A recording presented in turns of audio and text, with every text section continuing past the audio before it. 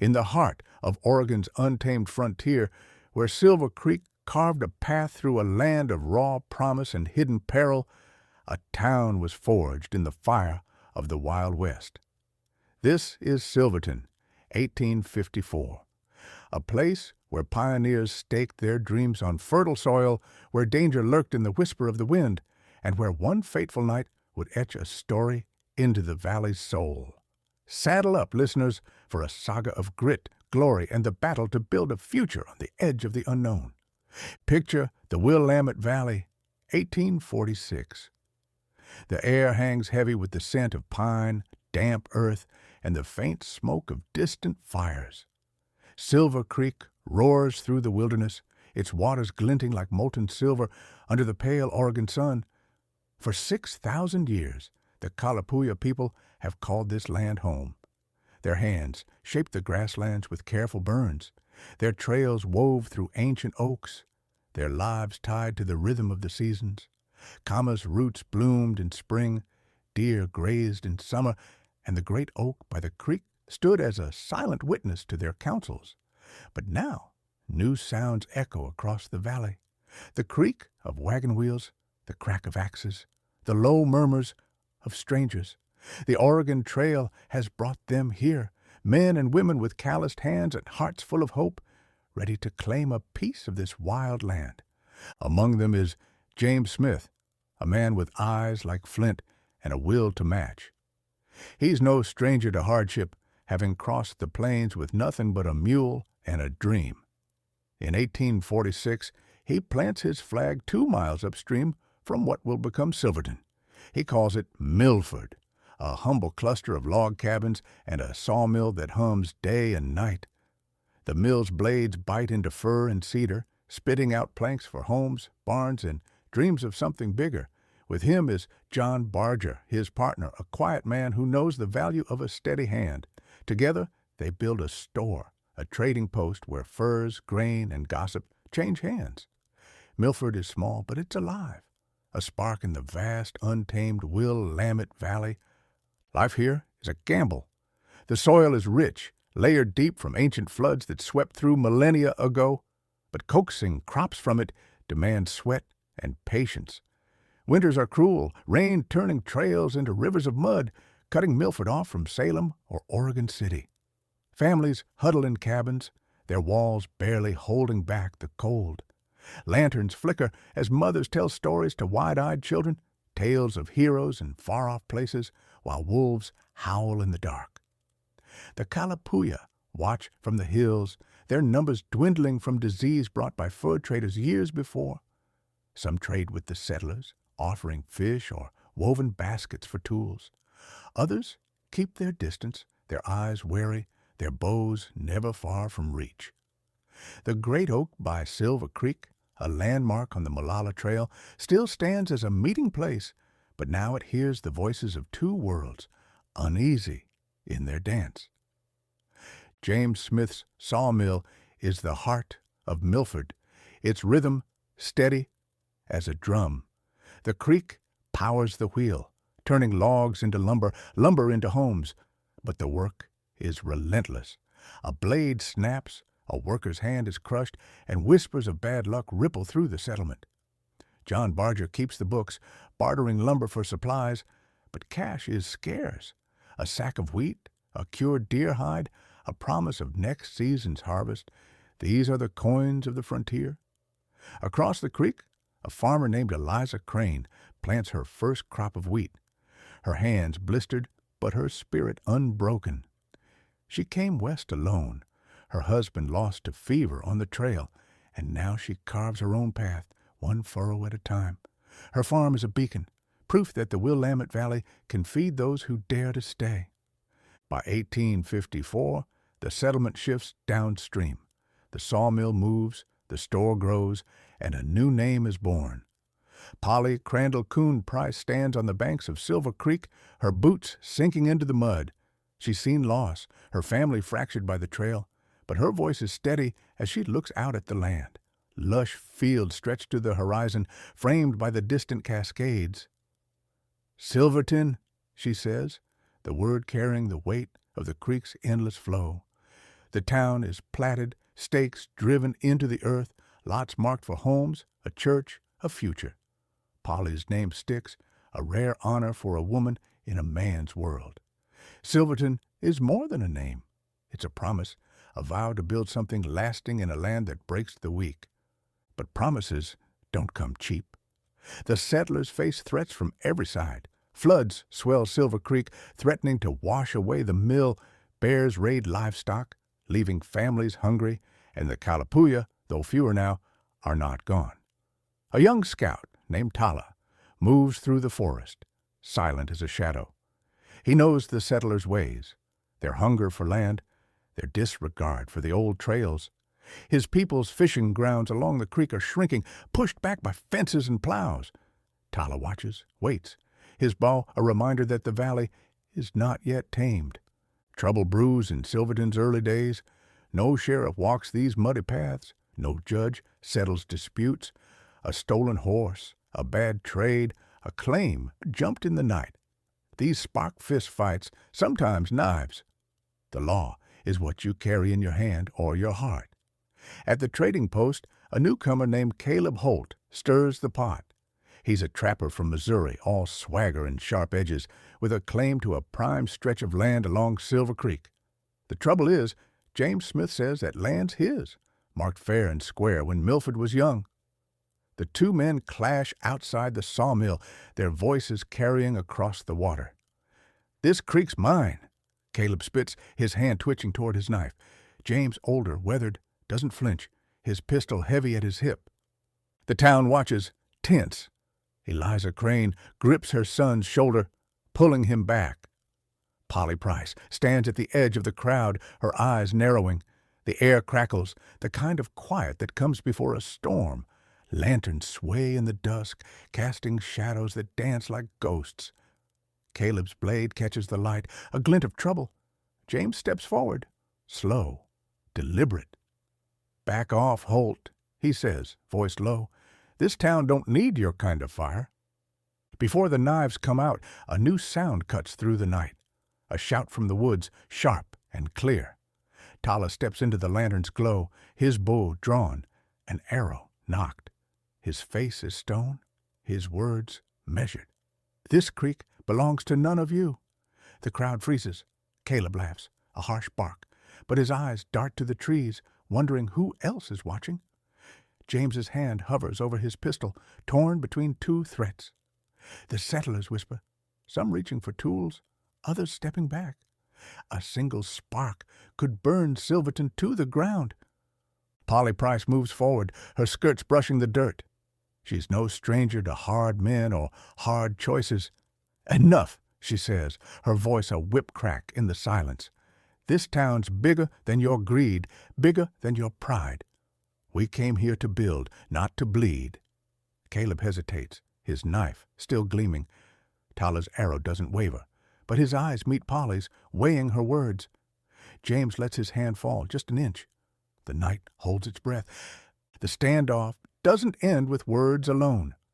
Caleb lunges forward, his knife slashing toward James.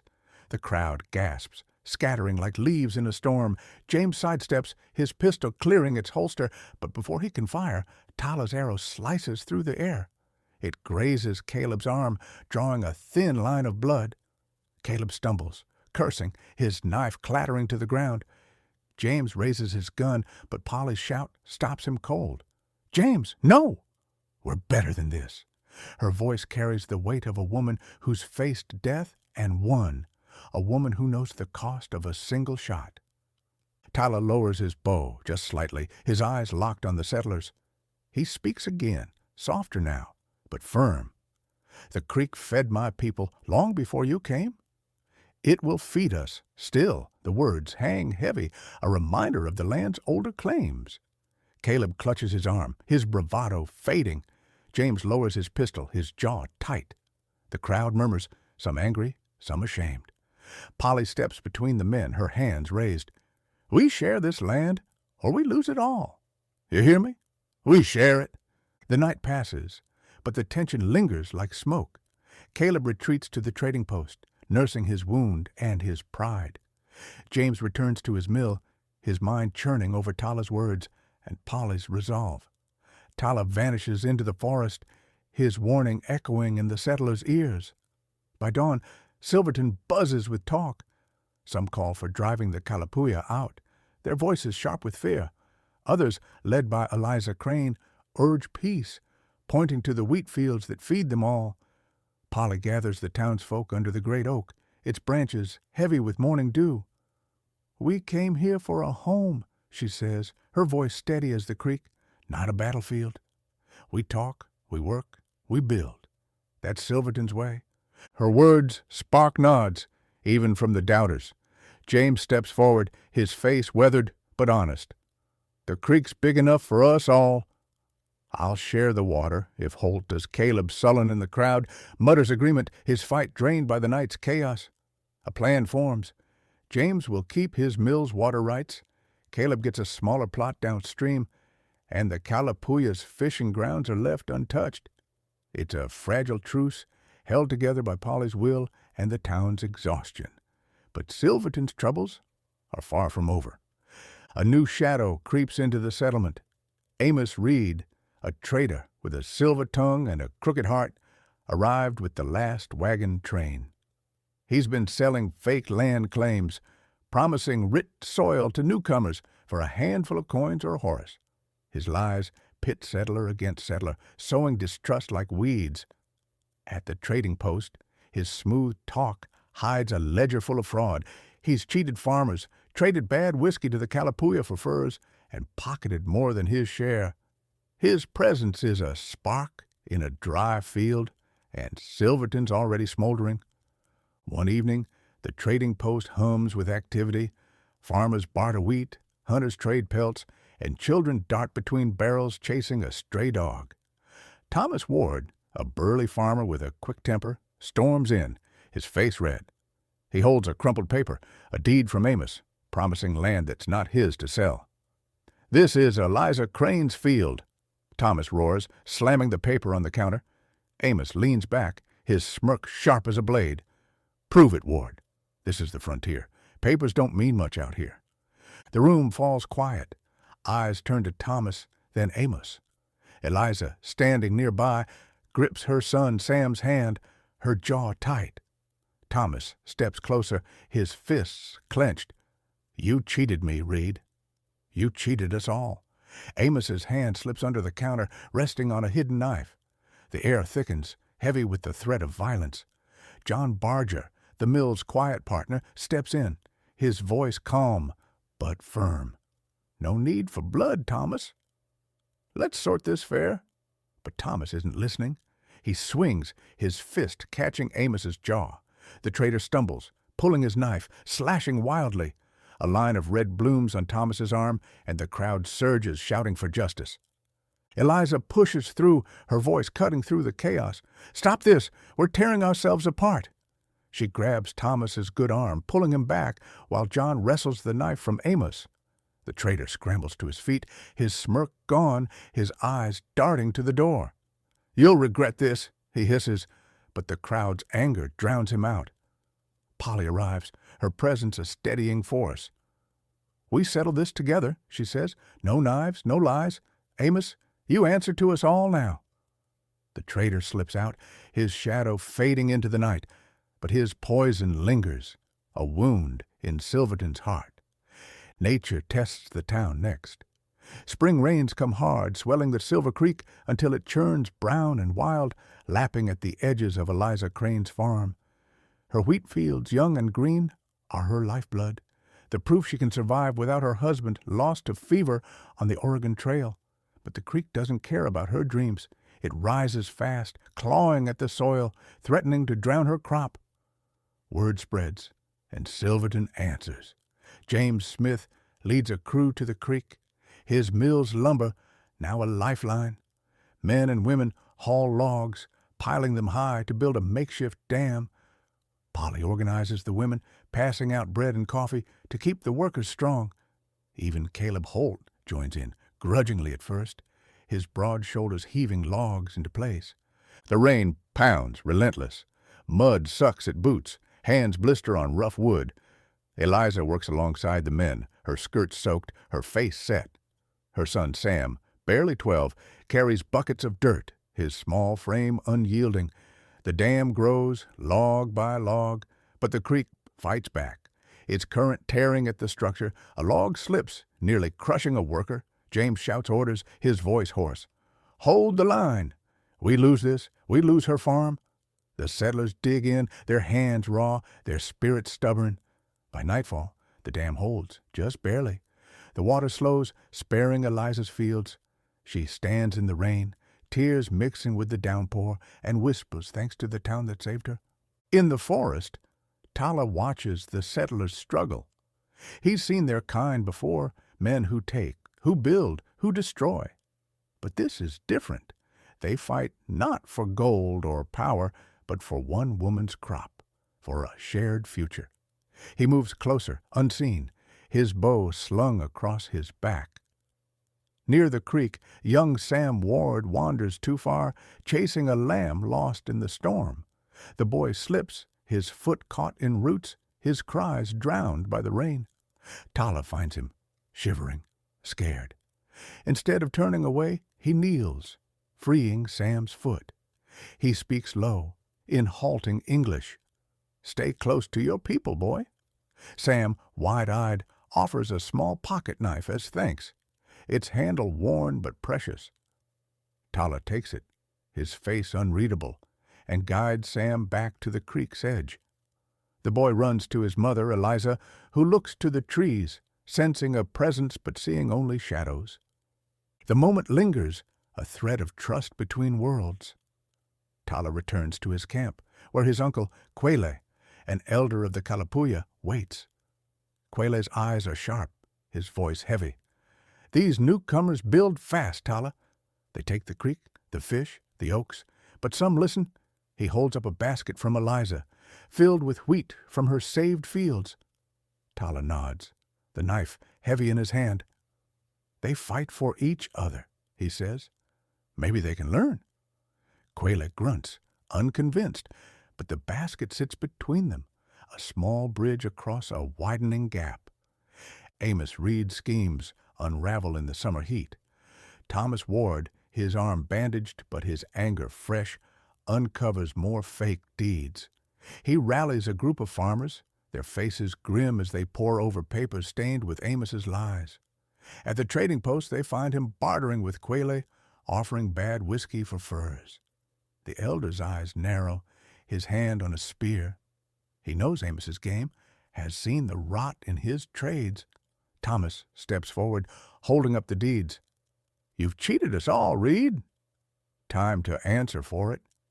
The crowd presses in, their voices a low growl. Amos laughs, but his eyes dart to the door, calculating. Polly arrives, her presence calming but firm. "No mob, Thomas? We do this right." She turns to Amos, her gaze like iron. "You've poisoned this town long enough. Speak or leave." Amos tries to talk his way out, his words smooth but hollow. The settlers aren't buying it. John Barger steps forward, his ledger in hand, showing Amos's debts and lies. Quele speaks, Tala translating. "This man trades death, not goods. We want no part of him." The crowd surges, but John raises a hand. "No blood, Amos! Get out of Silverton and don't come back." Amos bolts, shoving past the crowd, his wagon rattling into the night. By morning, he's gone, his lies left behind like ashes. The final test comes in the fall of 1855. A lantern tips over at the sawmill, sparking a fire that leaps to the dry timber stacked high. Flames roar, painting the night red, threatening to swallow Silverton's heart. James sounds the alarm, his voice cutting through the chaos. "To the mill, now!" Settlers pour from their cabins, buckets in hand. Caleb Holt, no longer the outsider, grabs a shovel, joining the line to the creek. Eliza and Sam pass water, their hands steady despite the heat. Polly leads the women, soaking blankets to smother stray sparks. The fire's hunger is relentless, licking at the mill's walls, curling toward the wheel. From the forest, Tala and a handful of Kalapuya appear, their faces lit by the glow. They don't hesitate. Tala shows James how to dig a firebreak, cutting the fire's path. Quayla directs men to clear brush, his knowledge of the land a lifeline. The settlers follow, their hands moving fast, their trust in the Kalapuya unspoken, but real. The fire roars, smoke choking the air, but Silverton fights as one. A wall of flame surges, then falters, stopped by the firebreak. The mill stands, scarred but whole, its wheel still turning. Dawn breaks, gray and smoky, revealing a town exhausted but unbroken. James offers Tala his hand, a rare gesture. "We owe you," he says, his voice rough. Tala nods, his eyes on the creek. "Keep the water clean," he says, and turns back to the forest. Quayla lingers, watching the settlers, then follows, his spear light in his hand. The moment is fleeting, but it binds them, settler and Kalapuya, sharing the valley's weight. Under the great oak, Silverton gathers one last time. Polly stands tall, her voice carrying over the crowd. "We came to this valley to build a home. We've fought, we've bled, we've learned. Silverton's not just land, it's us, all of us." The settlers nod, their faces worn but proud. Caleb, his pride tempered, agrees to share his claim, marking a new boundary with James. The Kalapuya's fishing grounds are left untouched, a promise sealed by the oak.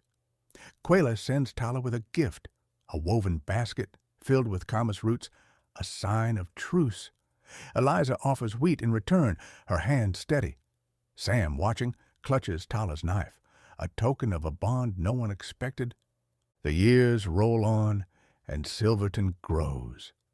By the 1860s, Fisher's flour mill hums, sending wagons of goods to Salem, to Portland, to markets far beyond the Willamette Valley. Timber stacks high, bound for ships that sail to distant shores. A church rises, its bell ringing out on Sundays, calling families to prayer. A school opens, where children like Sam learn to read, their laughter echoing across the creek. The Wild West fades, its edges softened by time, but its spirit, fierce, unyielding, lives in every plank, every field, every story told by the fire. Walk Silverton streets today, and you'll hear it still. The echo of hoofbeats, the whisper of Silver Creek, the voices of those who dared to dream in a land untamed.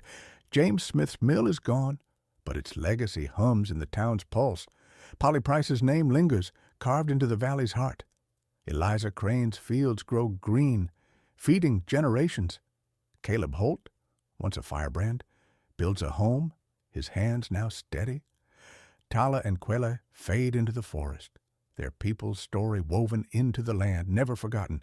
From the clash of knives to the courage of a shared fight, this is the tale of Silver Creek, a story of survival, of community, of a town that refused to break.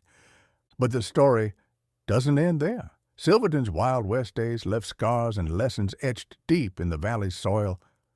The great oak still stands, though its branches are heavier now, its roots drinking from the creek. The settlers faced new challenges as the years turned. Winter storms tested their homes, their resolve. Newcomers arrived, each with their own dreams, their own fights. The Kalapuya, pushed to reservations like Grande Ronde, carried their traditions in silence, their trails fading under plow and fence. Yet Silverton held fast, its people learning to bend, not break. Take Eliza Crane, for instance. Her farm became a cornerstone, her wheat feeding not just Silverton, but towns beyond. She never remarried, but her strength drew others, women who'd lost husbands, children who needed a mother's hand. She taught them to plant, to harvest, to stand tall. Sam grew strong, his father's temper tempered by his mother's wisdom. He'd sit by the creek, Tala's knife in his pocket, and dream of the forest, of a world where two peoples could share the land without blood. Caleb Holt found his place, too. The fire in him cooled, replaced by a grudging respect for Silverton's ways. He built a cabin downstream, his land modest, but his. He worked the mill when James needed hands, his strength a quiet apology for the trouble he'd caused. James, ever the leader, expanded the mill, its wheel turning faster as Silverton grew. He married a woman from Salem, their children born under the valley's wide sky. John Barger stayed at his side, his ledgers keeping the town's trade fair, his calm voice a steady anchor. Polly Price became Silverton's heart. She organized barn raisings where neighbors danced under lantern light. She pushed for the school, for the church, for a town that looked forward, not back. Her name was whispered with respect, a woman who'd stared down knives and built a future. When the first church bell rang, she stood in the crowd, her eyes bright, seeing not just what was, but what could be. The Calapooya's story wove through Silverton's too. Tala and Quele returned now and then, trading fish for flour, their presence a reminder of the valley's deeper roots. Tala taught Sam to fish, showing him how to read the creek's currents, how to respect its flow. Quele met with Polly, their talk slow but honest, building a fragile trust. The settlers learned to leave offerings by the great oak, baskets of wheat, tools, cloth, a gesture to the land's first people. It wasn't peace, not fully, but it was a start, a thread of hope in a world too often torn by greed. The seasons turned, and Silverton faced new trials. A drought in 1857 withered crops, testing the town stores. A bear raided livestock, leaving families hungry. A fever swept through, leaving families hungry. A fever swept through, sparing some but taking others, their graves marked with simple stones. Yet Silverton endured. The settlers shared what little they had, their barns open to neighbors in need. Eliza's wheat became bread. Polly's leadership became strength, and James's mill kept turning, its lumber building new homes for those who stayed. By the late 1850s, Silverton was no longer a speck on the map. Fisher's flour mill grew, its flour feeding towns across the Willamette Valley. Timber became wealth, shipped far and wide. The town streets grew wider, lined with shops, a blacksmith, a saloon where stories were swapped over whiskey. The Wild West's raw edge softened, but its spirit lived on, in the calluses on a farmer's hands, in the creak of a wagon wheel, in the stubborn pride of a town that fought to exist. The great oak stood as a witness, its roots deep in the valley's story. It saw Milford's first logs cut, Silverton's name born, and the night of the standoff by the creek. It saw fires fought, dams built, lies exposed. It saw a town rise from mud and dreams, a place where men like James and Caleb, women like Polly and Eliza, and even Tala and Quele found a way to share the land, if only for a moment. Silverton's story is theirs, a saga of struggle, of courage, of a creek that carried them all. Today, Silverton thrives, its past alive in every corner. The Oregon garden blooms, a nod to the valley's fertile heart. Silver Falls State Park calls wanderers to its trails, where the creek still flows, wild and free. The Gordon House, Frank Lloyd Wright's vision, stands as a testament to dreams that endure. Murals on downtown walls tell of Homer Davenport, of Bobby the Wonder Dog, of a town that never forgot its roots. Walk its streets and you'll feel it, the echo of axes, the whisper of the creek, the weight of 1,000 stories.